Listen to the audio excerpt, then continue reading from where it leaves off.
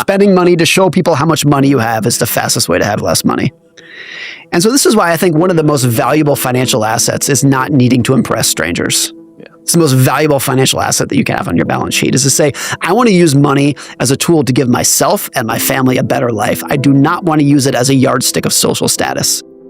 A lot of bad financial decisions happen when you are chasing a goal or doing something that is very right for another person, but wrong for you. And it's the easiest trap to fall into, because you're like, Chris did that and it worked for him and he's really happy with it. I should do it too.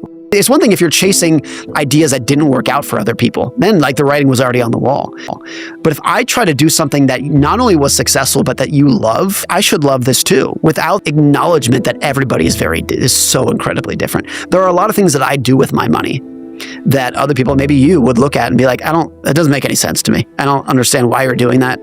And 90% of the time, my answer would be like, yeah, I understand it wouldn't work for you. You probably do things that would drive me crazy too. And that's fine. And people understand that very vividly if we're talking about our taste in food or music. That like everyone's different. Like you like Italian food, I like Mexican. It doesn't matter. Nobody's right. It's all subjective. But when it comes to how you should manage your money and the lifestyle that you should live, it really bothers people. I think part of it is because there's obviously no right answers in how to do this. This is all very uncertain. How to build wealth is uncertain. How to manage it, how to spend it, it's all uncertain. And so when you see somebody doing it differently than you are, you take it as not like, oh, maybe that's a different way to do it. You take it as a threat. This is why I think the rent versus buy argument gets so heated, because honestly, it's not obviously clear which is better, rent and buy. Anybody can make the argument either way. But if you have a giant mortgage and you put your life savings into your house and somebody tells you renting was better, you're like, that's a threat. That's a threat to my identity, and I'm going to respond viciously now. It's like Bitcoin is the absolute right way that you should invest, and index funds are the exact way that I should invest. And that's where a lot of people get, like most debates about this, there's people with different time horizons, different risk tolerances, different cultures, different family goals, and not understanding that it's okay for people to have different views.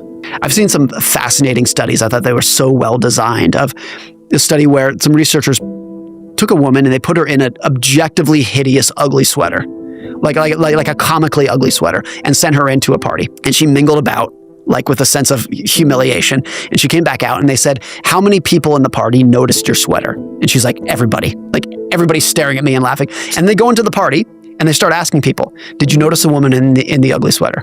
No. Nobody's thinking about you as much as you are. And I think, so the idea, it's so easy to tell yourself, if I had this house, car, clothes, whatever it might be, that other people will notice and elevate my status and pay attention to me and look at me and say, wow, look at Chris. He's such a cool guy. And the reality is most people aren't thinking about you because they're too busy thinking about themselves. And I think there's another element here which is when you don't make the money yourself, when it was inherited from somebody else, then the symbolism of what you've overcome doesn't exist. It's not there. If you made it yourself, then the gigantic mansion is a symbol to yourself of what you've done and what you've built and what you overcame in life, and you take tremendous pride. The flaw that people make is seem like I can learn about the psychology of wealth and money and investing and then change myself and change my behavior. And I think a lot of the evidence is no, you can't. I think the best you can do is become more aware of who you are and accept it and build a financial plan and build goals that are around that. I remember, I'll give you an example of this. Jeff Bezos was talking about when he started Amazon in 1994, I think it was. And he used this is now famous, the regret minimization framework. And he said, if I started Amazon and it failed, I would not regret that. But if I didn't start it, I would regret that for the rest of my life. And I remember hearing that and being like, that's awesome. I love that. And that is so not me. If I put everything I had into a startup and raised money from my parents and worked 150 hours a week for 5 years and it failed, I would be beside myself. The idea that like you have to figure it out what kind of person you are. And so back to like, I should not train myself to be like, how can I train myself to have the entrepreneur's mentality? I don't. It's okay. It's not that big a deal. I should just create a life that maximizes who I am rather than try to be someone who I'm not. I think so much of it is having goals that don't leave the roof of your own house. Kind of just being very selfish in a positive way. The emotion that people want to chase with money is happiness. I want to be happy. Because as I said earlier, happiness is always fleeting. You experience happiness and it's awesome, but no one's happy for more than usually a couple minutes at a time. I use the example of happiness as like humor. Like if I tell you the best joke in the world, or if we listen to Jimmy Carr, let's say, And it's the funniest joke. You laugh for 30 seconds. You don't laugh for 30 years. That is not how humor works. And if I told you the joke every day over and over again, you're like, stop. It's lost all value at this point. And I think so happiness is that way. It's a great emotion. It's fleeting. Contentment, though, is permanent. To me, the most interesting family of all the mega rich families that existed, of all the robber baron families, the mega rich, the Carnegies, the Rockefellers, and the JP Morgans did pretty good job managing their money. They lived good lives themselves. They left it to beneficial causes. Not perfect, but they did a pretty good job of it. The Vanderbilts, I think, by far did the worst. And it's such a fascinating example to dig into, the Vanderbilt family of, when Cornelius Vanderbilt died, adjusted for inflation, depending on metrics you use, he had something like $300 to $500 billion, adjusted for inflation. And within several generations, 3 generations, not that long of a period, there's virtually nothing left.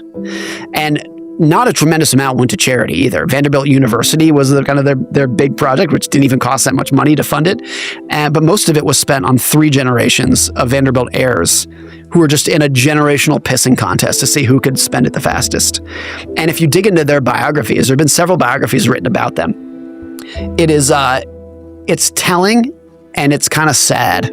Because true to the David Senra idea of like super successful people who you would never want to be, that's the sense that you get reading the biography of the Vanderbilt heirs. The money told them who they could be. It told them where they could live, who they could marry, who they could socialize with, how they had to dress. They had no independence over their life at all.